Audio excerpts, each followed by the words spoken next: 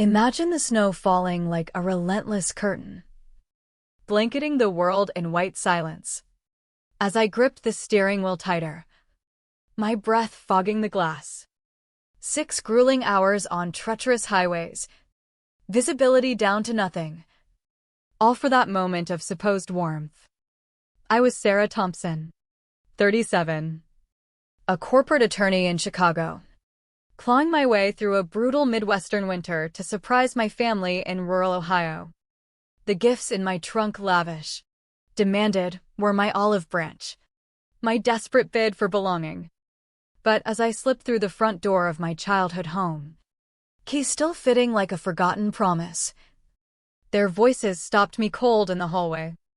My sister Emily's words sliced through the air. God, I hope she skids off the road in this mess and doesn't make it. Then her fancy condo and all that lawyer cash would finally be mine. I'm the only sibling left. And my parents? They didn't gasp. Didn't scold. They chuckled. Low and cruel. Like it was some family inside joke. In that instant, with designer bags dangling from my numb fingers, the illusion shattered. I wasn't their daughter. Their sister.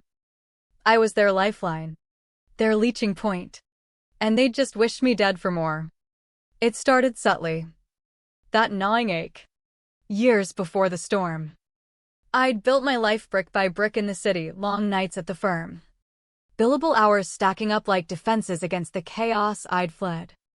By 35, I'd paid off my sleek downtown condo. That triumphant email from the bank confirming it all, debt-free. Secure. Alone. My career in corporate law wasn't just a job, it was armor. High-stakes mergers.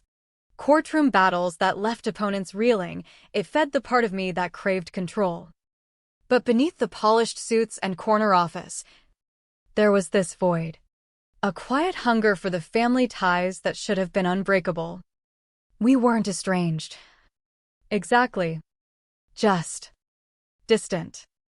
My parents, Jack and Linda, still hunkered down in the same weathered ranch house where I'd grown up, surrounded by the endless flatlands of Ohio farmland.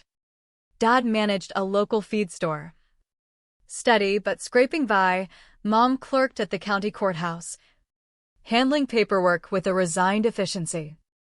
And Emily, my younger sister at 31, floated through life like a leaf in the wind, bartending gigs. Failed startups. Always landing back at home when the rent came due. Our calls were rote. Obligatory. How's work? Fine. Need anything? Well, actually. It was always the actually that pulled at me. That subtle shift into requests. The holidays amplified it all, turning gatherings into minefields. Thanksgiving. Easter. Birthdays, they'd pack the house with relatives.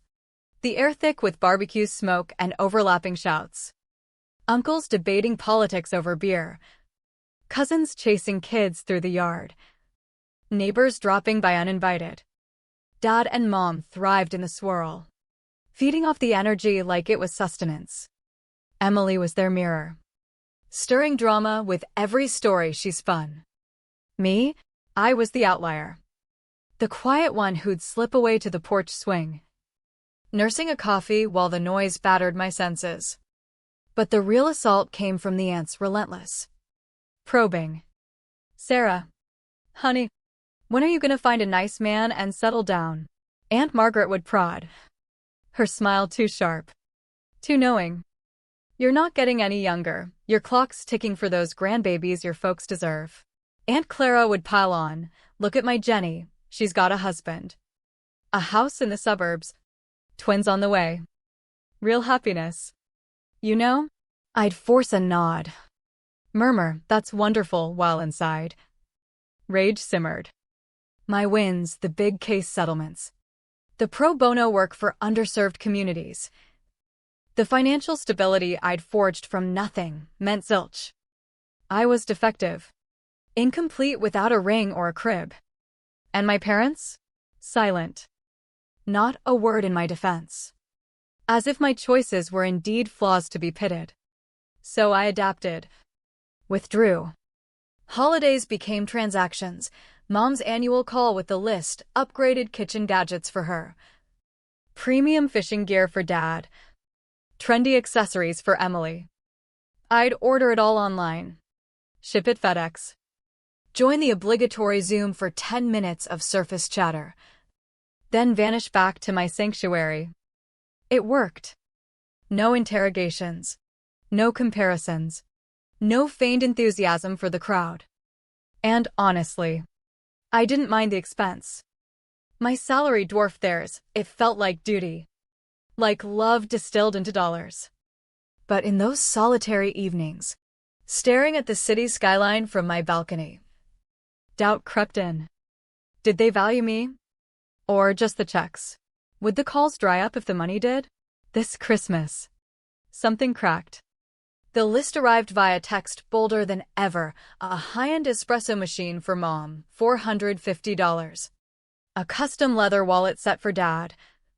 And for Emily, those overpriced boots she'd been needing, $350. Totaling over $1,000. Easy. But as I added them to my cart, a wave of isolation hit. I wanted more. Real presents. Not proxies. Actually, I texted back. I'm coming home this year.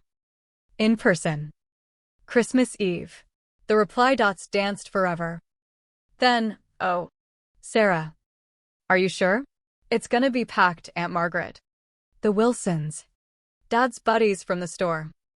You know how overwhelming it gets. Her words stung. Laced with hesitation. I want to be there, I insisted. See you all. Well. Okay then. Drive safe. Click. No excitement. Just obligation. Excitement bubbled in me. Though foolish. Hopeful. I splurged on extras, artisanal cheeses for the table. A vintage watch for Dad, I'd seen him eye online. Then the blizzard descended. A beast from the north. Dumping feet of snow. Closing interstates. News feeds screamed warnings, stay off the roads. My inbox filled with flight cancellations. But I was driving stubborn. Determined. Mom called mid-storm, Sarah. Did you get the gifts at least? Yes. Good. But don't risk it in this weather. Courier would have been smarter. We might end up with nothing. Her disappointment wasn't for me, it was for the packages. Guilt twisted like a knife. I'll make it. Don't count on it, she sighed. Sleepless nights followed. Forecasts mocking me.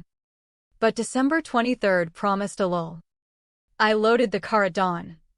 Gifts secured. And plunged into the whiteout.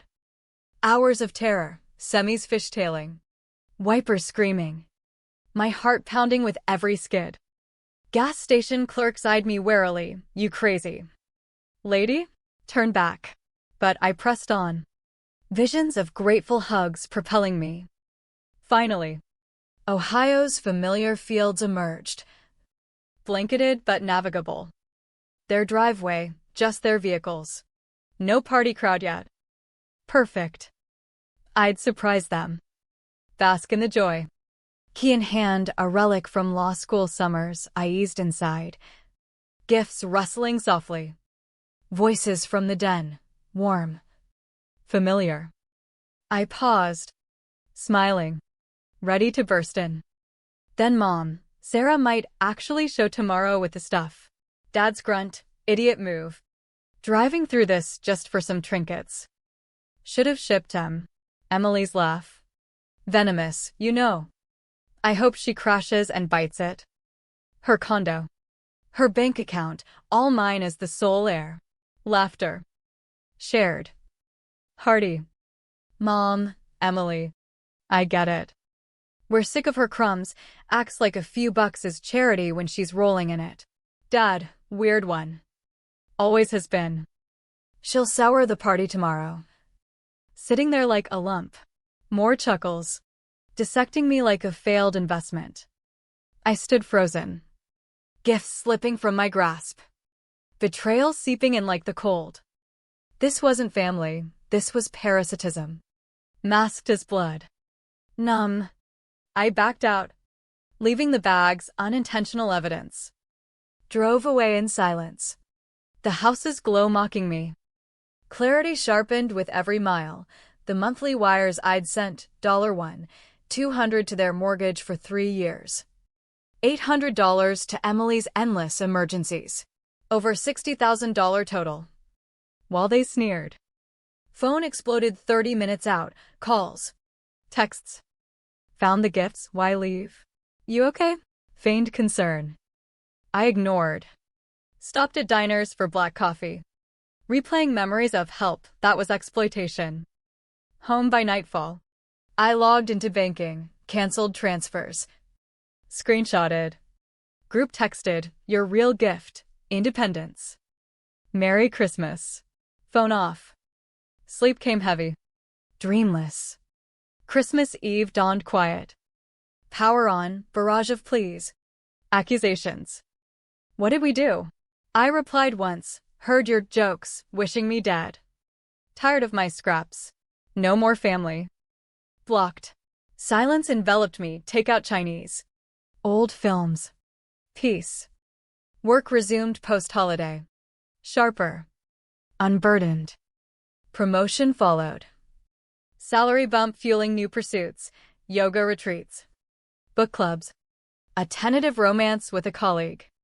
Freedom tasted sweet. Then the pounding at my door. New Year's Eve. Peephole. Them.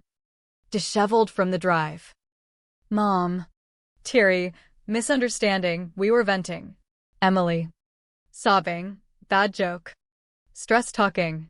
Dad, family says dumb things. I felt hollow. You wished me dead for money. Complained my help wasn't enough. Overlaps of excuses. But I shut the door, not my problem. Months later. Aunts called from burners. They're struggling, foreclosure looming. Emily crashing on their couch. I spilled the truth, silence. Then, you're right to cut ties. Validation. Cold but confirming. Now. At 38. Life blooms without their shadow. Hikes in the Appalachians. Pottery wheels spinning under my hands. Laughter with friends who choose me. The betrayal scar aches on quiet nights. A reminder of the cost, lost illusions. Gained self. Revenge wasn't flashy, just silence. Withdrawal. The ultimate mirror to their greed. They pay the price in empty accounts. I pay in echoes of what could have been. But freedom? That's priceless. Earned through the storm's cruel revelation.